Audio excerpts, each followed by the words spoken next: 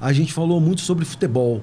Nós conversamos com várias figuras aqui, né? Com Vica, Douglas Onça, Marinho Rans, Sérgio Bergantin, Milton Cardoso, ex-presidente da Associação Ferroviária de Esporte. Mas a primeira conversa que nós tivemos foi com o Vica, contando a sua trajetória vencedora no futebol. Né? Sim. E o que mais marcou foi assim, o cara saiu da Ferroviária... Não, voltando... Do futebol amador, comercial, Atlas, né? E o Benfica, passando pela Ferroviária e chegando no Fluminense, ficando 5 anos. Campeão brasileiro.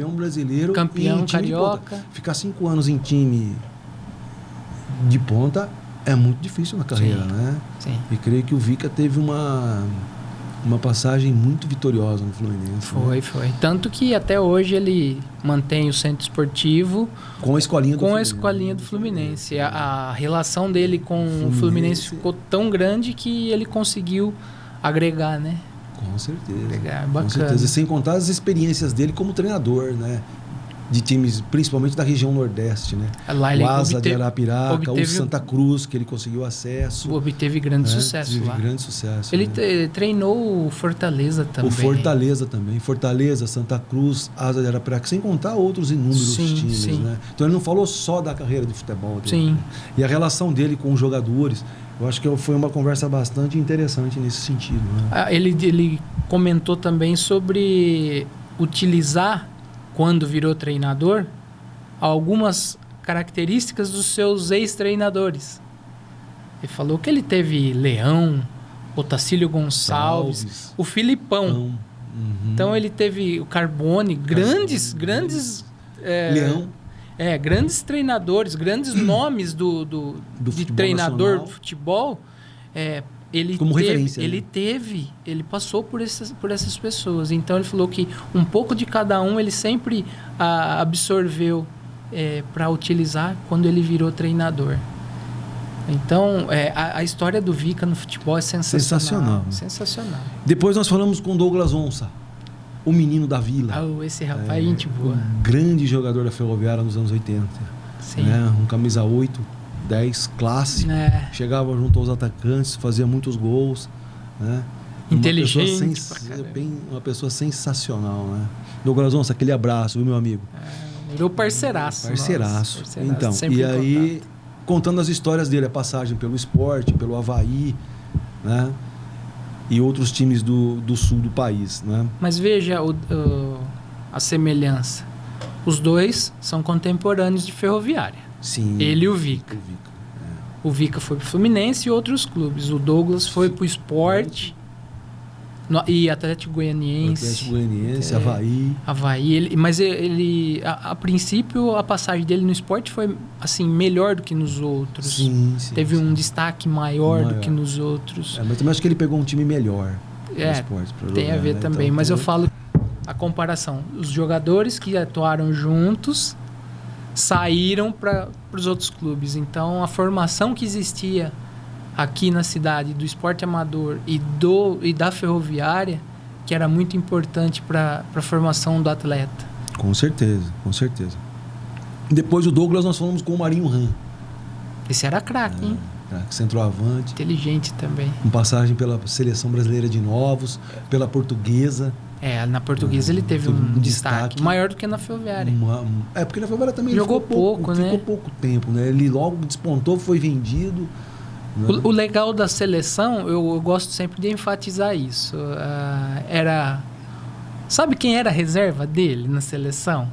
O cara só é tetracampeão do mundo. Era o Bebeto. Bebeto foi reserva do Marinho Rans na seleção brasileira, cara. Então, você vê a qualidade dos atletas que Araraquara já mostrou pro mundo aí, né? Com certeza. É muito interessante todos esses detalhes. Nossa, quando começa a comentar sobre a qualidade dos atletas de interior, hoje a gente não vê com tanta frequência como a gente via nos anos 70, 60, 70, 80. Daqui saíram vários. E do nosso interior também, para grandes clubes, né? Grandes cenários. Araraquara era um grande celeiro. Então, fica a dica, viu, pessoal? Vamos investir na revelação aí. Muito importante. É muito importante. Na esteira desses do futebol, nós falamos com o Sérgio Bergantin, né? Uma lenda do futebol araraquarense, com grande passagem pelo Palmeiras em 74, sendo reserva de Leão. Jogou, né? Que o Leão, jogou né? 74 porque o Leão estava na Copa. Porque o Leão estava na Copa, né? Com grande passagem, né? Pela Ferroviária, pelo Palmeiras e pela seleção paulista, né? Paulista. Aquela época existia. Eu ainda peguei um pouquinho da seleção paulista nos anos 90. Depois eles não fizeram mais. Não fizeram. Mas era interessante essa seleção do estado.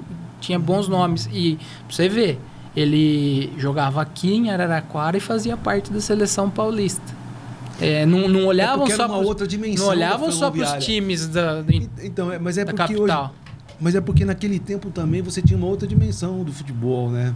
Então você vê, o Mário Travalini treinou a Ferroviária, o Rubens Minelli treinou a Ferroviária. Então grandes treinadores de futebol brasileiro, mesmo que treinasse Corinthians, São Paulo, Internacional, Grêmio, sempre tinham passagem por aqui. E estavam sempre de olho nos times daqui. Então, tanto para levar as pessoas... Isso ajudou a construir a história da Ferroviária através dos tempos, né? E o Sérgio Bergantin foi pedido no Palmeiras por Oswaldo Brandão. Que é um dos grandes nomes da história do Palmeiras. E achei interessante a passagem que ele foi procurado por todos os grandes times e não quis ir para esses grandes times por conta das outras relações de emprego que tinha, salário. E era... Mas não era negociação definitiva, eram empréstimos. Isso daí ele ainda falou que ele relevava um pouco. Eu vou com a minha família para São Paulo, fico 1 ano, volto para Araraquara. Cadê meus empregos? E aí, como é que fica? E ele é um dos poucos que a gente ouve... Foi bem racional nesse sentido. Encerrou a carreira... mas naquela época era assim, né? Para seguir uma outra carreira, no caso, a carreira acadêmica, né? Professor de Educação Física, que até hoje. Até hoje. E você sabe que esses dias atrás eu fui numa loja aí, eu fui numa imobiliária... Tinha uma foto dele voando numa bola num chute do Pelé, num jogo pelo Palmeiras. Né? Uma foto linda, emblemática. E tem a assinatura dele embaixo. Sérgio, aquele abraço, meu querido. Depois, na esteira do que a gente falou de futebol, de jogadores da Ferroviária, a gente conversou com o ex-presidente da Ferroviária, Milton Cardoso. Uma figuraça, hein? Boas histórias, hein? Boas chute histórias. No juiz, escorregada, apagar os refletores... Depredar o carro da federação. Na época que ele era presidente, era o tempo das vacas magras, vamos assim dizer. Aí o cara vai e depreda o carro da federação. Prejuízo. Né?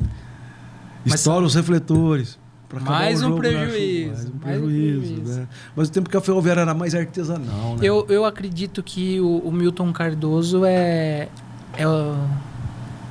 o retrato do torcedor que virou dirigente. Na minha opinião, é isso. O cara que sempre gostou da Ferroviária, araraquarense, afiano, e que gostava da Ferroviária e foi ser presidente do time que ele torcia. Então... É diferente. É diferente. Você age mais com o coração do que com a razão. Com a razão. Eu acho que é assim que funciona. E ele estava sempre cercado desse pessoal que age com, de torcida, com a emoção. De torcida. Né? Na verdade, ele era um presidente que se cercou de torcedores para fazer gerenciamento do time. Exato. O que dá para entender é isso. E ele era da fundação de uma das torcidas mais conhecidas da Boca do Lixo. Exatamente. Ficava perto da torneira? Da torneira lá atrás, perto onde era o vestiário antigo, né? Sim. Ali, né?